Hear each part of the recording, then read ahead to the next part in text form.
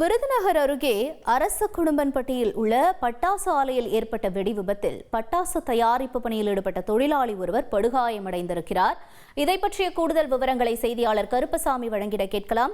கருப்பசாமி, வணக்கம். இந்த படுகாயமடைந்த நபர் யார்? மேலும் தொடர்ந்து இந்த விபத்து தொடர்பான தகவல்களையும் பகிர்ந்துக்கோங்க.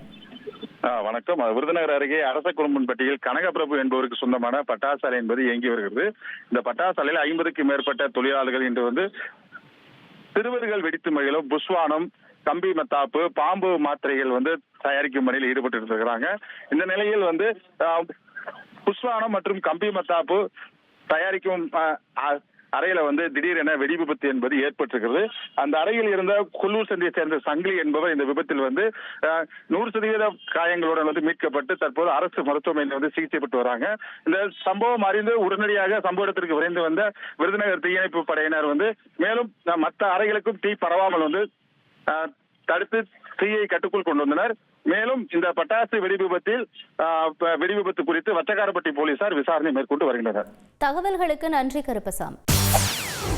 செய்திகளை உடனுக்குடன் தெரிந்து கொள்ள உடனே சப்ஸ்கிரைப் பண்ணுங்க.